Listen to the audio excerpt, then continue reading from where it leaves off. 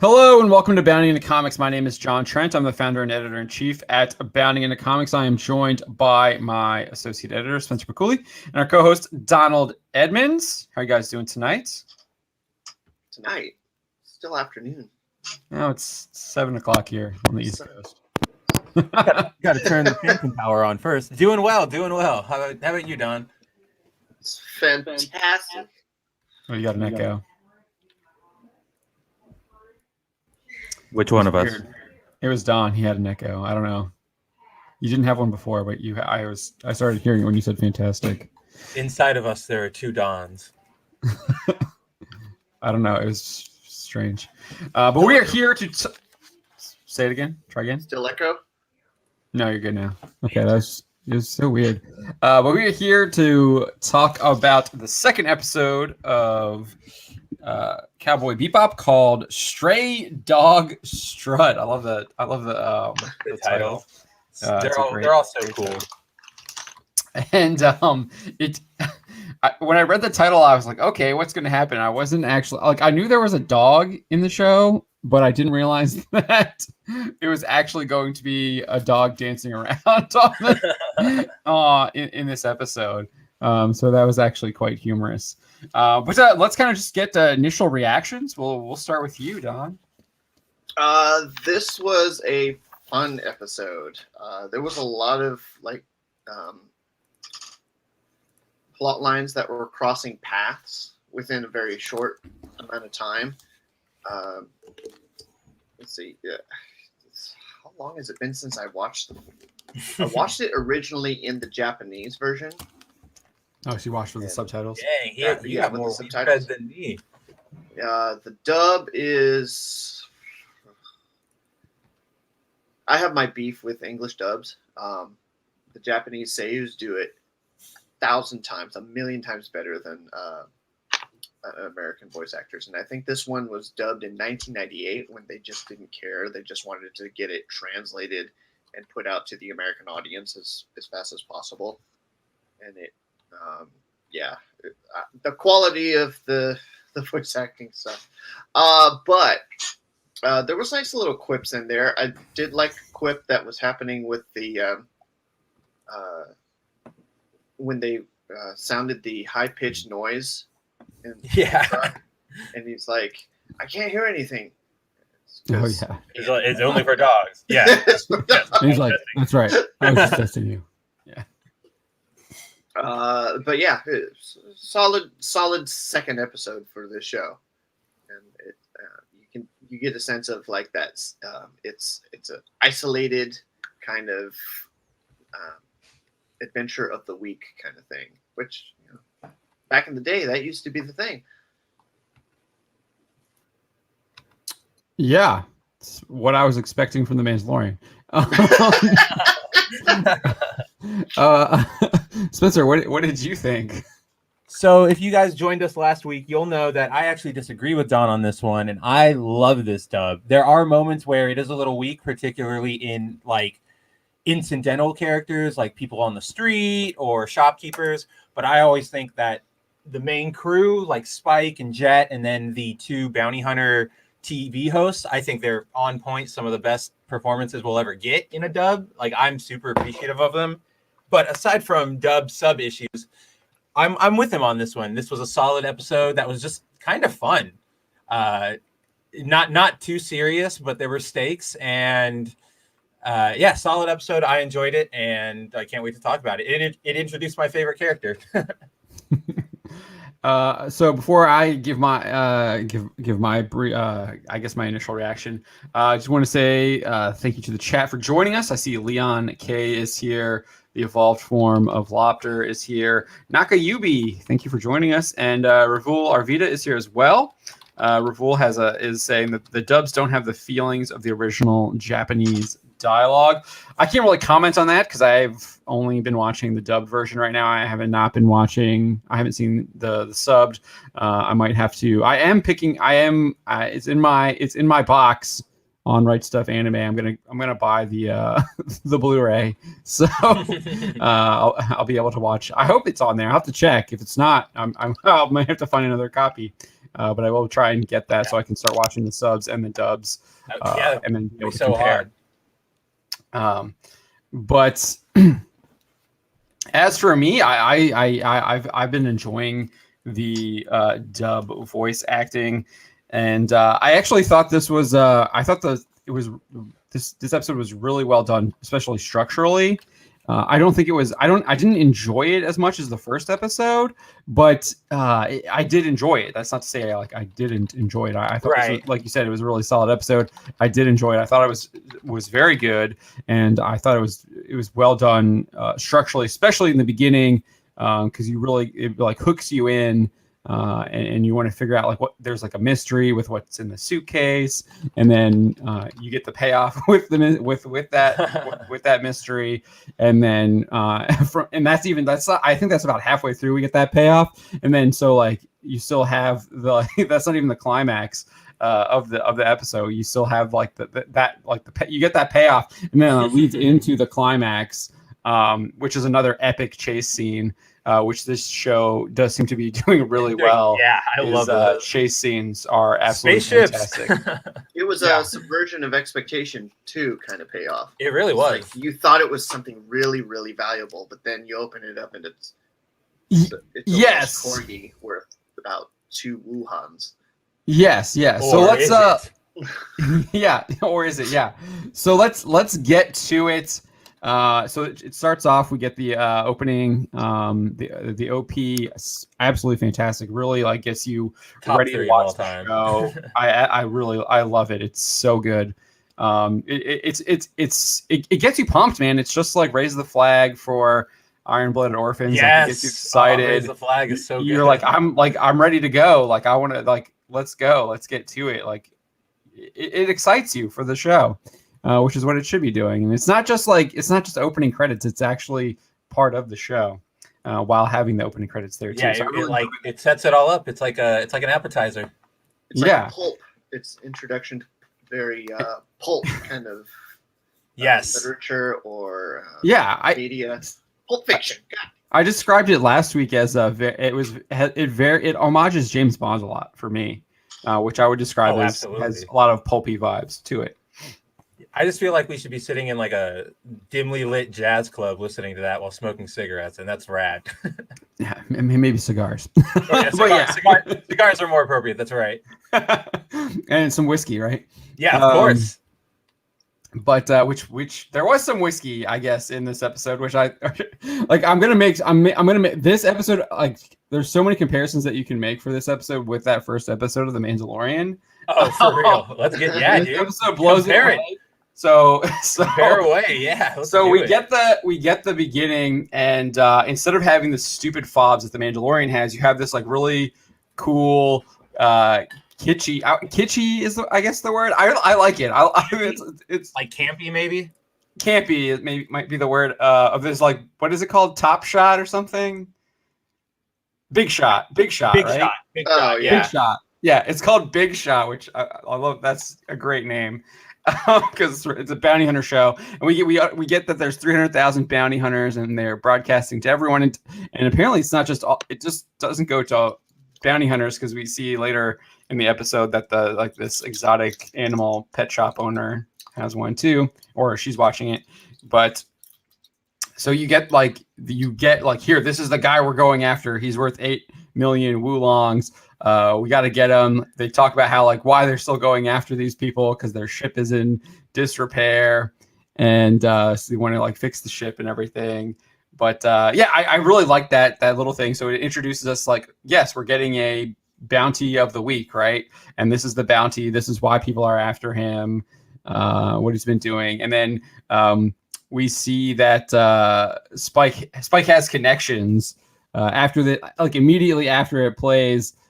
This plastic surgeon is contacting. I think he contacts him, right? I think the plastic surgeon contacts him rather than the other way around. Him.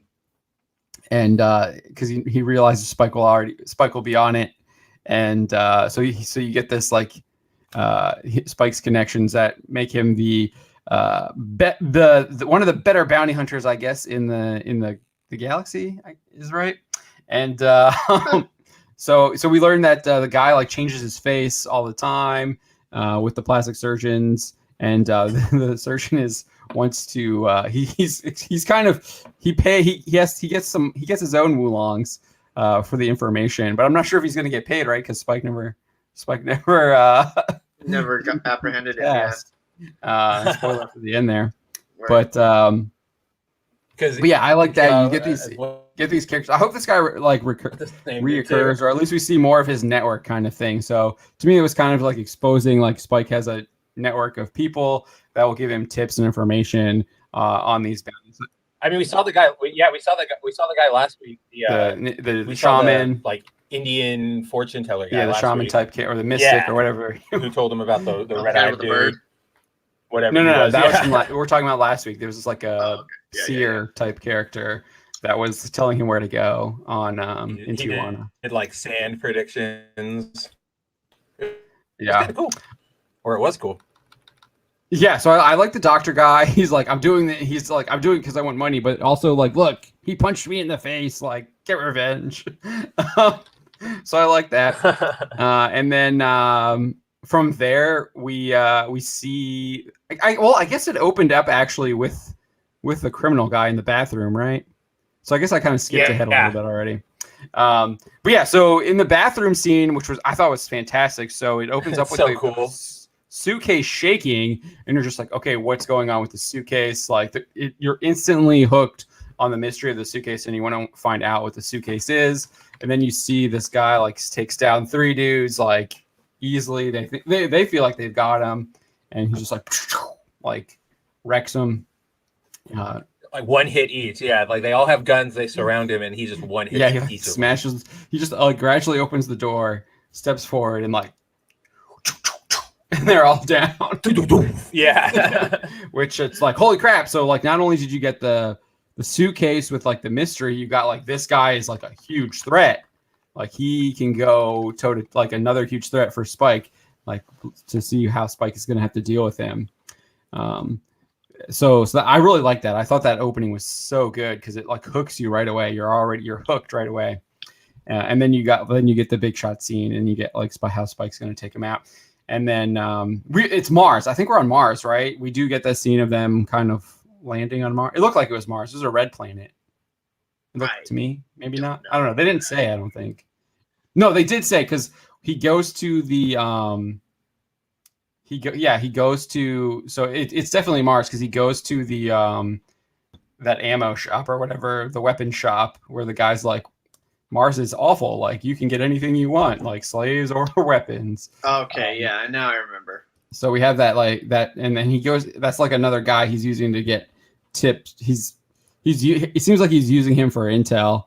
And then he directs him to the direction of the pet shop, and then he finds the guy. But before that, before we get Spike at the pet shop, we get this great scene in this bar.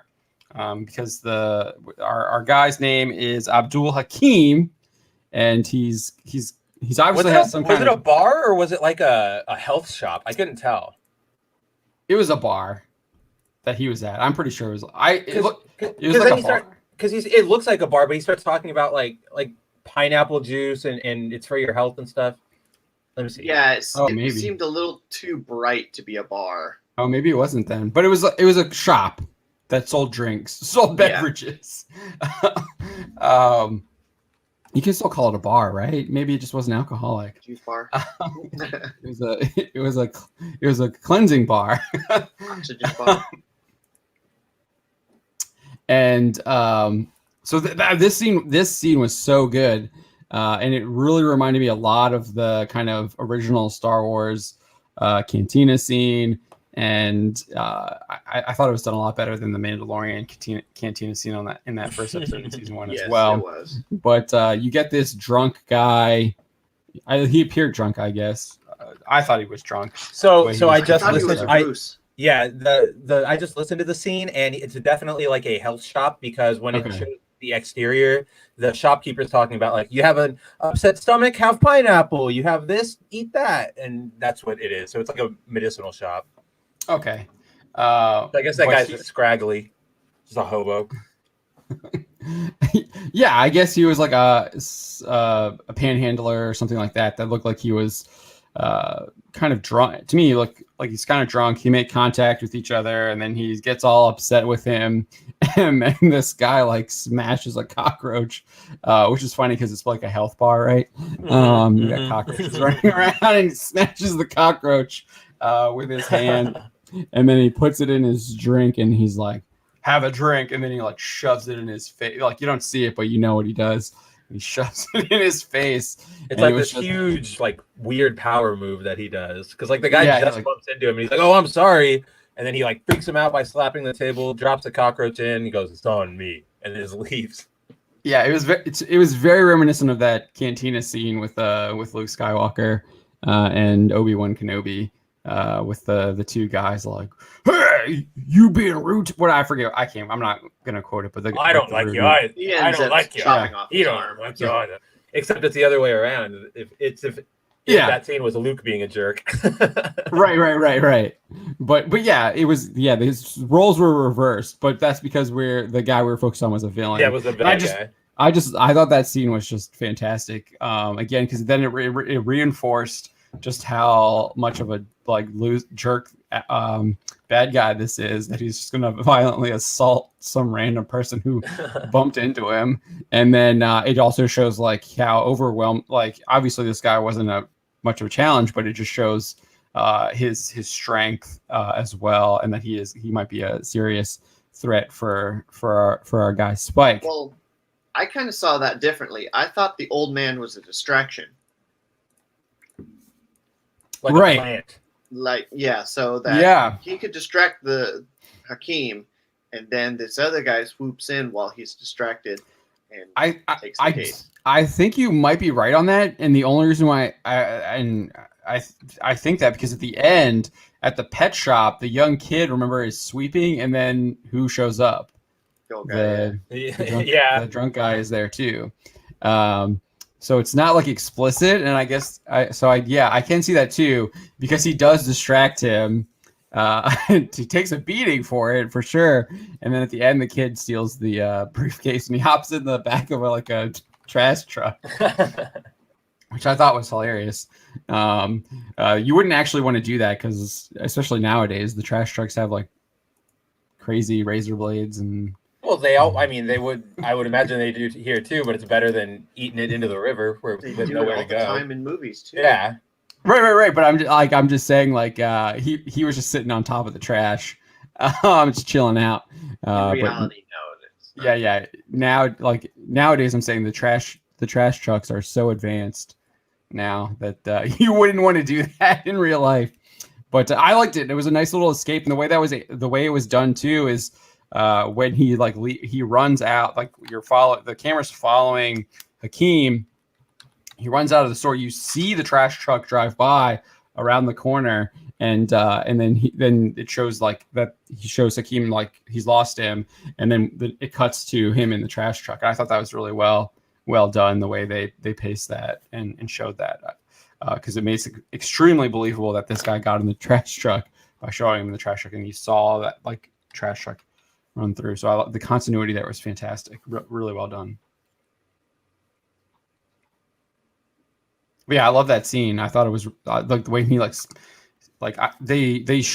they don't actually like show the violence either, with him smashing the cup in. They cut away from it, but you know what's happening, and I thought that was done really well too. I think that might have been censorship at the time. See how much they could get through to the audience. Possibly, but it was still really well done, I thought. Even if they did have to, if that was like a TV censor or something like that. So then we get the kid who's stolen the briefcase. He peeks inside, and so they're still building mystery with what's in the briefcase. And now it's like some kind of like creature we know, right? And he quickly closes it. And then next thing we know, he's at the pet shop, right, or whatever, the exotic animal shop. Yeah. And at the exotic animal shop, we finally find out what it is.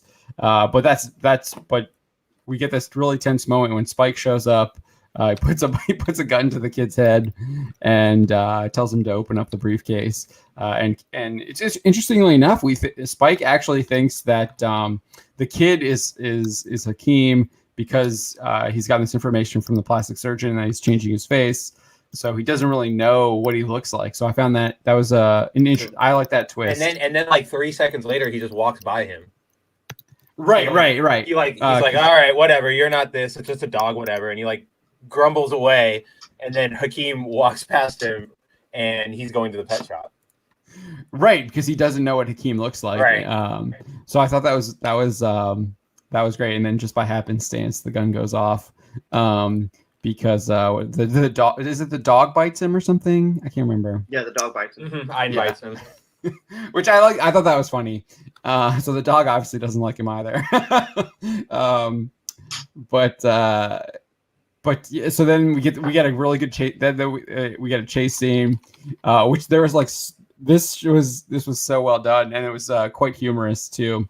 I thought this chase scene was great because these other guys, these lab dudes, I thought they were government people at first, and but we find out that they're actually some kind of like illegal laboratory that have been experimenting on the dog, and they're trying to get the dog back too, and they're chasing after the dog because they find it, and then you got all these people chasing after the dog. Spike is like way behind, and I really like the way they shot it because you see them all like kind of go by, and you see kind of how far all of them are from the dog, and then as you like they'll cut to like these scenes where it's like close-ups of them like running, and then you see Spike like running past the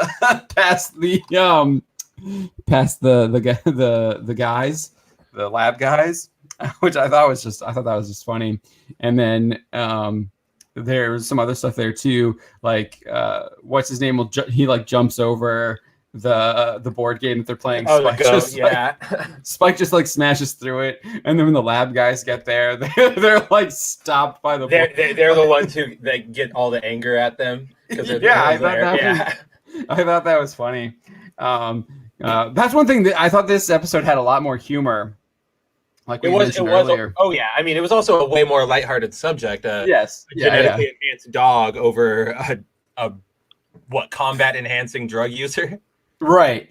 So we were talking about. I guess we kind of went. I skipped over it there a little bit, but we find out that it's like a Welsh dog. What's in the briefcase is this Welsh corgi. He doesn't have a name. I don't think we get his name at this point. We do. We get it. We get it in the episode, like later, like from the scientist. His name's Ein. Oh, the scientists say that. Okay. All right. I must have missed that one. But yeah, okay, yeah. So there's like that comedic scene with the kid trying to like he thinks he's gonna get like big bucks from whatever's in the briefcase. It ends up being this dog, and the woman is like, "This dog is worthless. It's like worth 2 oolongs," which is funny. If only they knew what they had on their hands. It's one of those sort of things. Right. So, and we kind of know I guess we learn we still don't know if it's worthless either. We know it's valuable to Hakeem, and he's got some kind of person he's going to meet up with or a buyer. But we never actually see who that is or find out about that. We just know he's trying to get in contact with this person. But then so that chase scene ends with Spike getting the dog, and I forget how. And then so he meets back up with Jet, and their plan is they're going to track the dog. They put a tracker on the dog to get it. Yeah, they put a tracker on the dog so that it'll go to Hakeem, and then it'll just lead him to him. Right. And I really liked how they animated him walking the dog, and you get a little bit more of Spike's personality. He doesn't like dogs. he feels like they're a burden, and but the dog likes him. The dog likes him. The dog's yeah, he is. Does he? I think he likes him. I mean, he gets him there at the end, but or at least because the whole thing with Ein is his genetic enhancements means he's super smart. Like he's basically got human intelligence but can't talk. So right. It's a cross between, is he really liking Spike, or does he just know that Spike will help him? Like when he shoots at him, when he runs along with him, who knows at this point? Oh, so it's like an altruistic rabbit out of a essentially, yeah. But yeah, so I like that. I like their plan. The plan was well conceived. They tell you what the plan is.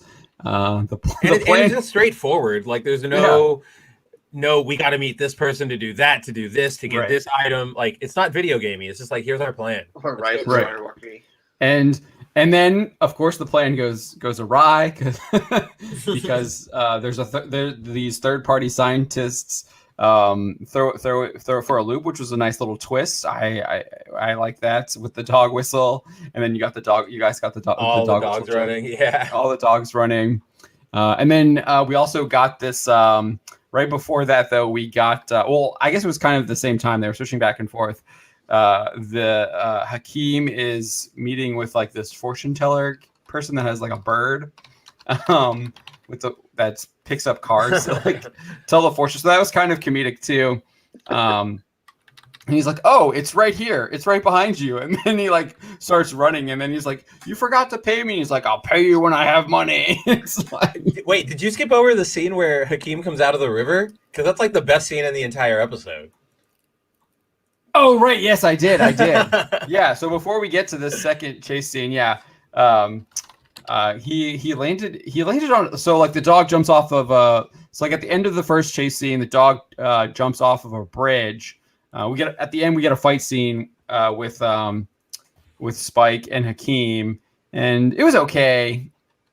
It definitely was not as good as the dancing. It was more fight from the first episode. over the bridge. Yeah, that's what that was one of my complaints too. Was like you see those silhouettes like moving, but we got such a good fight last time. Why don't we just see that?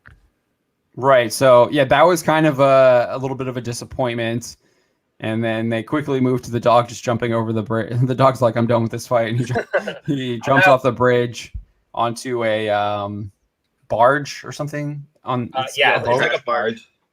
Yeah, and then Spike and Hakeem jump after him. Hakeem jumps first. He lands on the barge, and then I think he's kind of got Ein. Ein like bites him or whatever, and then he jumps at Spike, and Spike blinds Spike, so Spike misses the barge, falls into the water. He didn't blind him.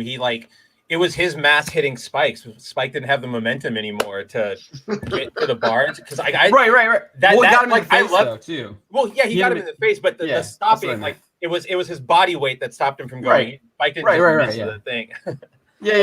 Because it was such. I loved that because it's one of those little details that you feel like people would easily forget, and people do easily forget in lots of shows. And I like that they just remember that physics exists here. Yes. I thought that was really well done. I enjoyed that too. It kind of makes up a little bit for the lackluster fight scene right before it. And so like Spike obviously gets out of the water. And then so this kind of was kind of weird too. Like he was on the boat and then they showed him with like crabs around him. Like, did he sink? No. That wasn't crabs. So the little kids were fishing, and then they hook him. So when he walks out of the river, he's covered in water, and he has a little like bob in his hair, or he has the lure in his hair. You're skipping ahead there. I'm talking about right when he lands. Oh yeah, when he jumped on the barge, somehow he ended up in the water too. Did I remember that correctly? So you're right. Oh no, I see what you guys are saying. Yeah, I just watched the scene. So what it is he drops into the barge. Oh, he's in a crab pot. Like a tank. Yeah, there's like a tank of crabs that he falls into. Okay. Right, and I guess he probably just jumps ship. They don't show him jumping ship. It's just assumed. He's like, I'm out. Yeah, so that was like, I was like, what? I was like, how did he get in the water? What's going on there? But then we get the scene where he was obviously in the water, and then these kids get him with the fish hooks, which was a pretty cool scene. And then he just kind of comes out and does he just like brush him aside? I feel like he just brushes him aside. He punches him. Yeah, he punches him like away. He like they're like on either side of him, and he just kind of like snaps at them. Yeah, he asks them what time it is because he's got his deadline at 6 or whatever, I think. So he only has like 2 hours. And yeah, and then he like just like pushes them aside.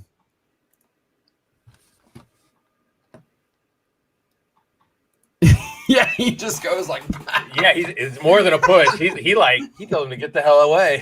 yeah, he smacks him away. But yeah, so that's a pretty good scene there too. And then we got another, and then obviously we're get back to where we were at with the dog whistle, which leads to the dog whistle, which leads to the second chase scene, and then you have all these dogs chasing this like armored tank vehicle that the lab people are in, and Hakeem steals like a futuristic like Camaro. It looked like it was a cool. I like that car design was really cool. I'm not gonna lie. It was like a muscle car, like a futuristic muscle car, and I really liked that. So I thought that was like a nice little nod. Like we're in the future. Like this. Like I thought it looked cool. It was like what Bumblebee would be like. Yeah, if, right. It's like if you landed on the right planet. And I love it too because he like when he gets in, the guy's like, "Hey, you can't do that," and he just punches him. He doesn't even look at him. He just socks him and starts backing up. And then the minister shouts out something too that was kind of comical. I forget what it was, but it was like, "What in the devil?" Yeah. Yeah, which I thought that was kind of funny. That's the kind of media I like too. When what the devil do you think you're completely doing? Serious character, like complete badass, is just put into these ridiculous situations, and it's just comedic, like any kind of like early Guy Ritchie film. Yeah, it's almost kind of like what they were going for with the Mandalorian and Grogu until it devolved. Where you essentially had this super badass bounty hunter guy who got roped into taking care of this weird little baby. And then that would have been comical for a bit until Jin turned out to be an idiot. Yeah. More ways than one. So yeah, we get this really cool. We get this like even the chasing. There's like tension, but there's also like it's also kind of comical too. Mm-hmm. So Spike is actually ahead of Hakeem chasing the car down, and then Hakeem comes up behind him with the car and kind of like hits him, and he rolls over, and he's obviously looks like he's knocked out. But he's not, because obviously Jet's obviously monitoring the situation, and then he kind of gets in his spaceship and is able to like catch up.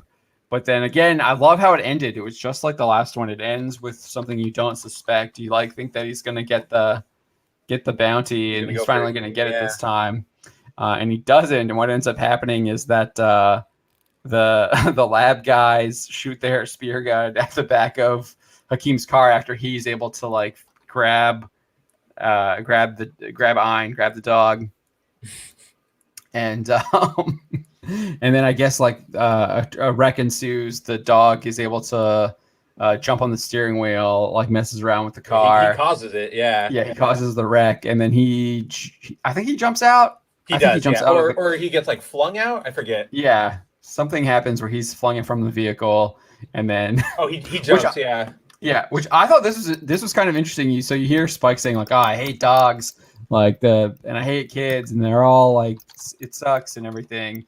What does he do? He goes and actually he saves the dog. He does. Well, dog. Even if you don't like dogs, you're not going to let a dog die. Well, I don't know. I mean, he's like they're using the dog for bait. His whole but it's still a living thing. Like. He's I don't know. Shown empathy for it, right? Yeah. So I like that. That he did save the dog, and he saved the dog over going after the bounty. So he was putting the dog. By the way, he still saved him first. Though. I would not say that was begrudging. Yeah, it was more like, damn it, I got to do that. Like yeah. But yeah, so. He saves the dog, and then what ends up happening is the wreck they land on. They land on some road that was below them, off another bridge, and the police are there and arrest them. And we They're find always out there. The police are always there. they're there when they need to get caught, right? Yeah, exactly. But I like that. I did like that. I like that. I like that it was you. We still haven't seen him catch a bounty, right? Like we've seen him be able to track the bounties, be able to ambush them, but he hasn't actually been able to catch one yet, which is actually something that the Mandalorian doesn't do. He gets him right away, and says that he's like such a great person, and then he fails like multiple times later. Whereas we know Spike is kind of like down on his luck. His ship is deteriorating. He can't afford to put meat in his food. Yeah, so the moments when he does mess up, it's like, yep, that's Spike, instead of like, what, you should know better. right. So, and he's also kind of like, he's still like learning from, you're still seeing like he's still trying to overcome his mistakes, right? Yeah, exactly. To be able to succeed. And I like how Jet's kind of there to be like, yep, he's like the words of wisdom or whatever. He's the brains of the operation for sure. Right. And he has some good lines too. So to talk about that humor again, he's like, oh, I'm going to get my 8 million wulong. And then Jet's like, don't count your chickens before they hatch. Yeah. And then he's like, oh, maybe this time it should be duck because and it's funny because Spike says he wants some like duck Peking or Peking duck. Peking duck, yeah. So I like how it's all about, we need to go get the bounty so I can eat food too. So it's kind of like last episode, the beef and peppers. yeah, the beef and peppers, and this one is like the Peking duck. So I like that too. I did. But yeah, I did. I enjoyed this episode. I didn't enjoy it as much as the last one. I thought the last one was much more tense, much more intriguing. I liked the combat scenes better. They had the epic chase scene too, where this one had 2 chase scenes, but the fight scene was a little disappointing. Definitely, yeah. But I thought the humor makes up for kind of the lack of tension, and then I like there's lots of twists and things that you kind of I don't want to say like they're subverting you, because they're not really doing that. It's just they're just like nice little twists to surprise you. I'd say it's still a subversion. It's just not a Ryan Johnson subversion. Yeah, it's not like subverting for the sake of subverting.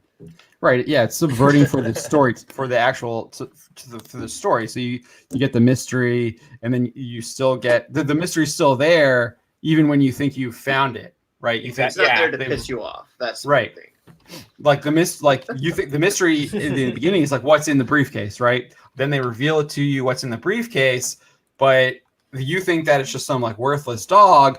But there's also like, well, is it really worthless dog? Why is this guy carrying it around if he's like such a wanted person? We know he's on the phone. Like, there's got to be something here. So you still have that mystery of like, what's going on with this dog? Yeah, and like, who are these like people in these like lab suits? Like, what's going on there? So you still are trying to figure out what that mystery is, even though you know, like what you find out what was in the briefcase. And I really like that. I like how it was very structured like that, where you get the mystery, then they showed you this guy's threat level. We see that threat level matched, and then you have with the chase scenes, and then the brief combat sequence, and they keep showing how like much of a bad person. I also like how they show how much of a bad person he is.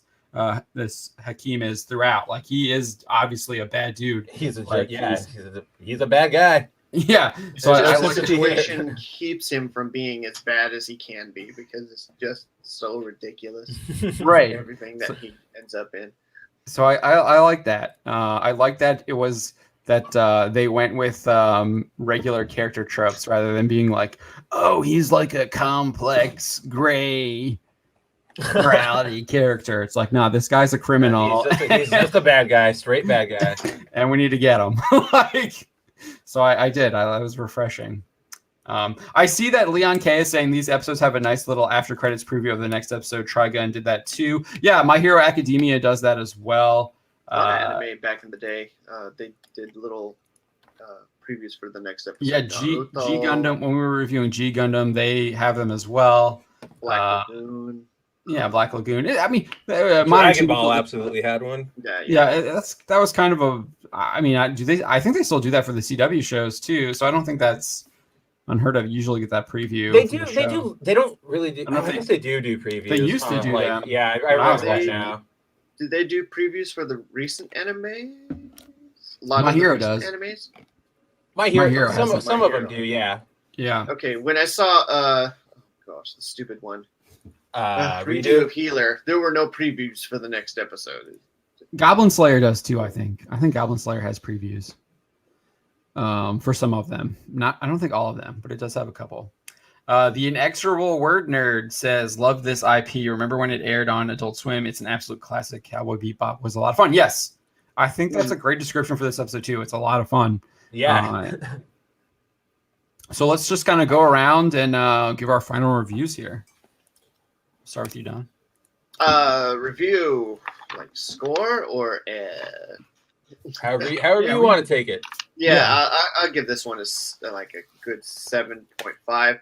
I've been a little bit of a connoisseur in terms of fight scenes, so top of the line would be like Yusuke Murata or Madhouse animating. Did you ever see the movie, Don? Did you ever see the Cowboy Bebop movie? I think I have it on DVD somewhere. Yeah, the fight scene, there's one particular fight scene in the movie that is like my top fight scene of all time. Like, so it's yeah, very I totally get what extended you're from what I saying. remember. Yeah. So and he uses like a broomstick, and it's awesome.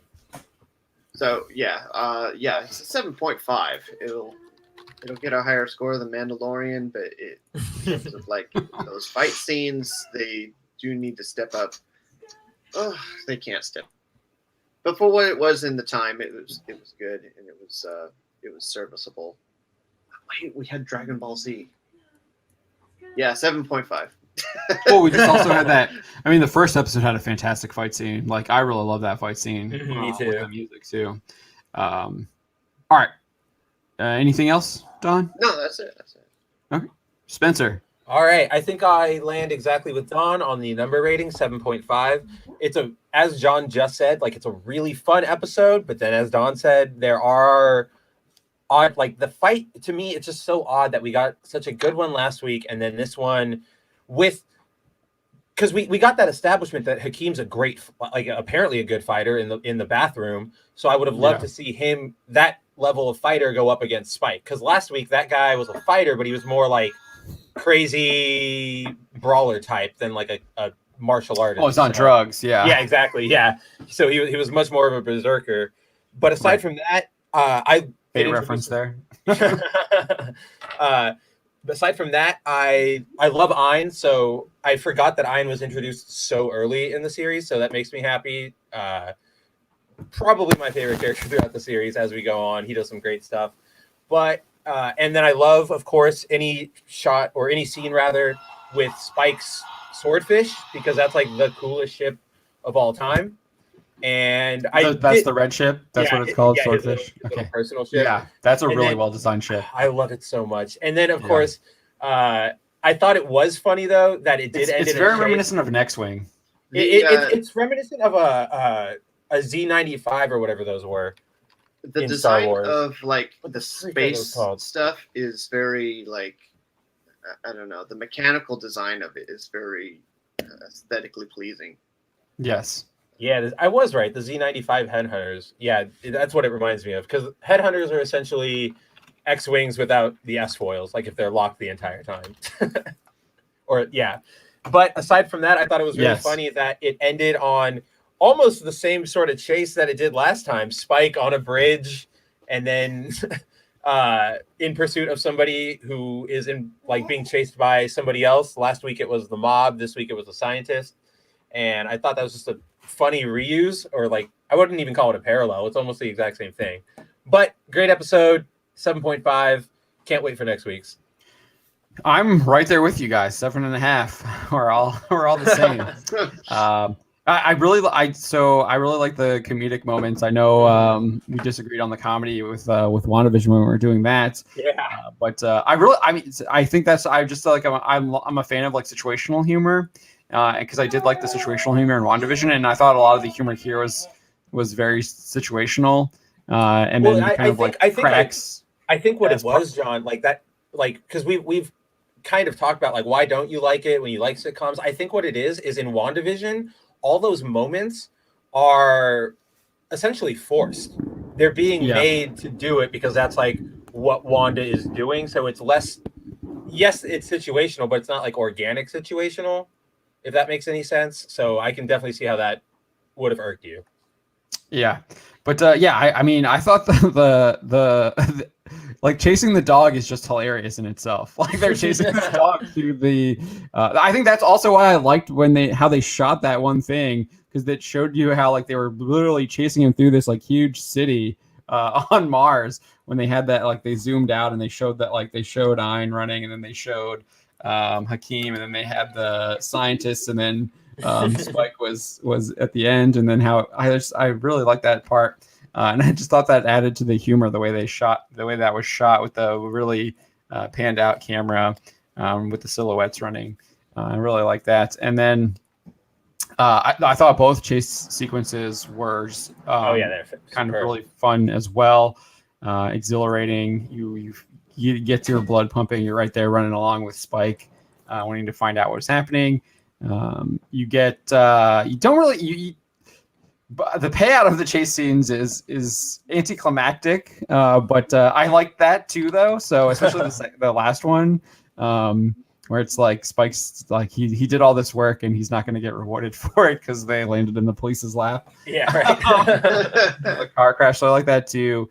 Probably the biggest thing is that we didn't really get that fight sequence. That probably would have put it over the top.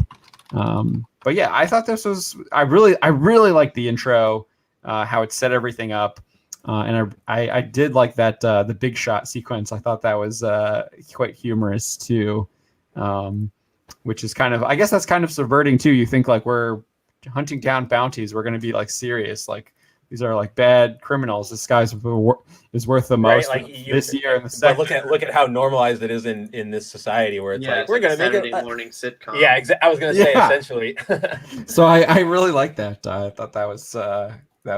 Yeah, I love the two hosts too, and I'm glad that they will show up more throughout the series. And that adds to me to like how that's like part of the world building.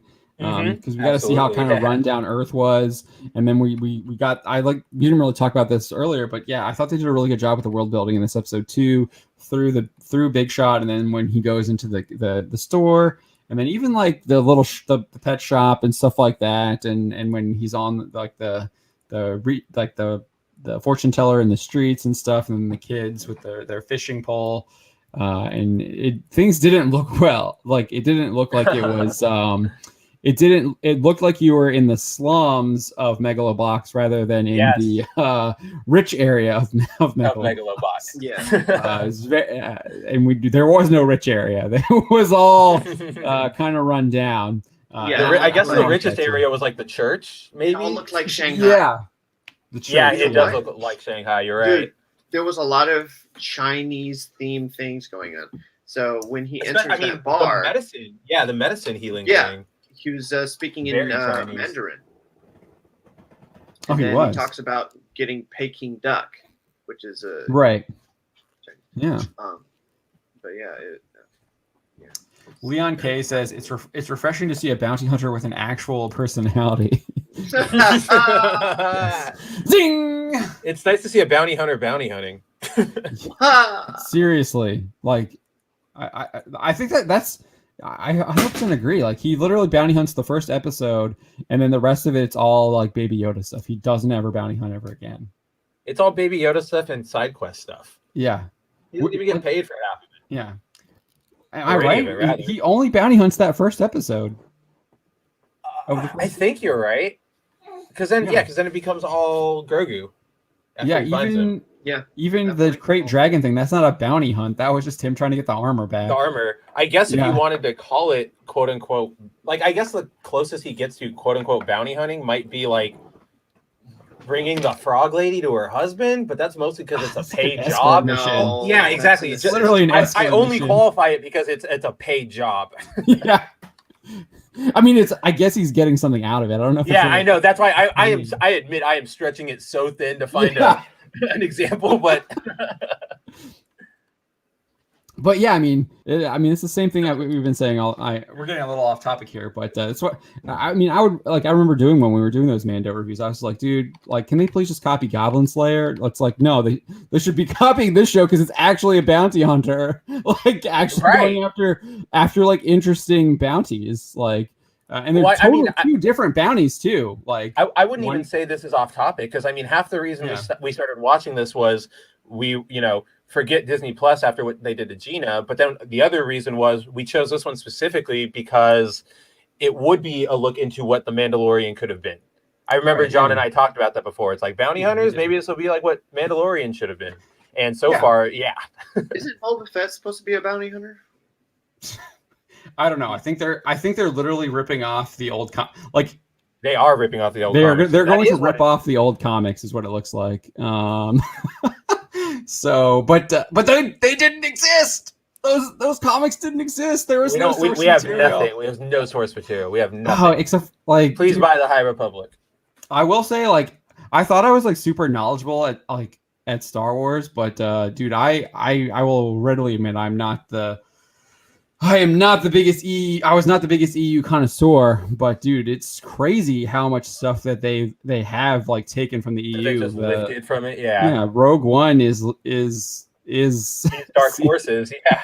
Yeah, and just like freaking Rise of Skywalker they totally took all of that from New Empire or Dark Empire. Yeah, Dark Empire, which the whole clone. They take all the bad stuff and they leave all the good stuff behind. Yeah. So I liked Rogue One. I'll be honest. I thought I did enjoy Rogue One, but but yeah. I just learned. Oh, okay, yeah. Let's not get off. I was just gonna say. I was gonna say. I recently learned that apparently the end of Rogue One, there was supposed to be this scene where like Jyn is running across the beach with the plans, and K2 is still supposed to be alive at the end, and it's in like trailers and stuff. I just learned about that. Yeah, that was because remember they brought in the other guy to do a ton of reshoots. Oh, that's right. Yeah, the reshooter. And that's why they got rid of that stupid I Rebel line. And then thanks to Stieg, and then the article that was published today, I didn't know Jane Ors or whatever. Yeah, was supposed to be Asian.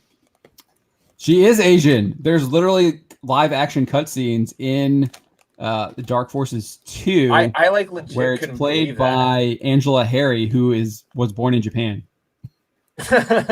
Like I didn't know any of that until the article, and like when I saw Jan Ors right next to Jyn Erso, that was kind of like that sealed the deal to me. I was like, are you kidding me? Yeah.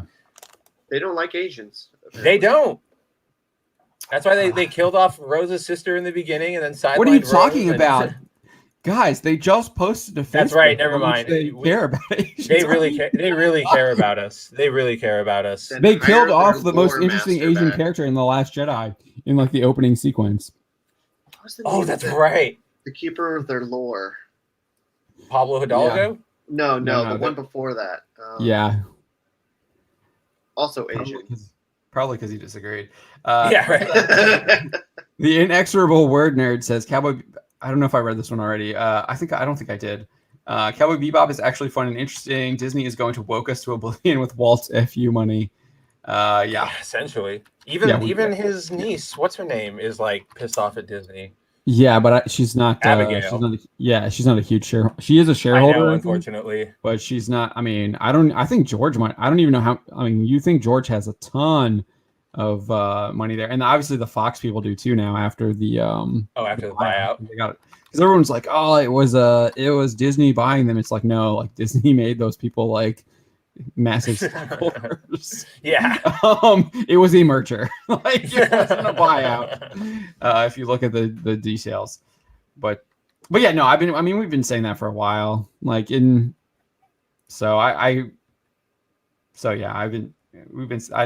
going to change.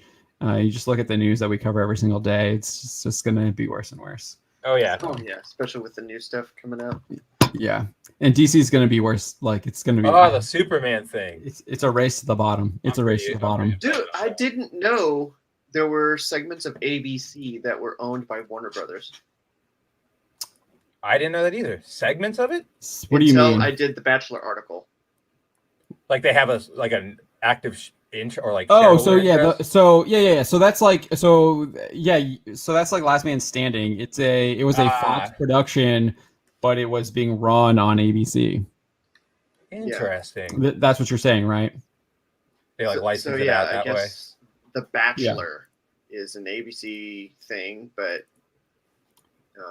he had to also speak to Warner Brothers, who also have a stake in The Bachelor, which Probably That's through like what I'm production saying. companies and stuff. Yeah. It just goes to the fact that all of these people they're all connected too. But we're getting off topic. But yeah. we're Mini bounding live. We'll probably be talking about that on Wednesday. And I am thinking of maybe doing some like mini 30-minute live sessions every day. We'll see.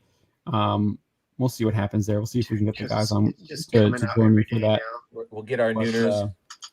But yeah, so that's what I'm kind of thinking. Let me know if you guys are interested in that. But thank you for joining us.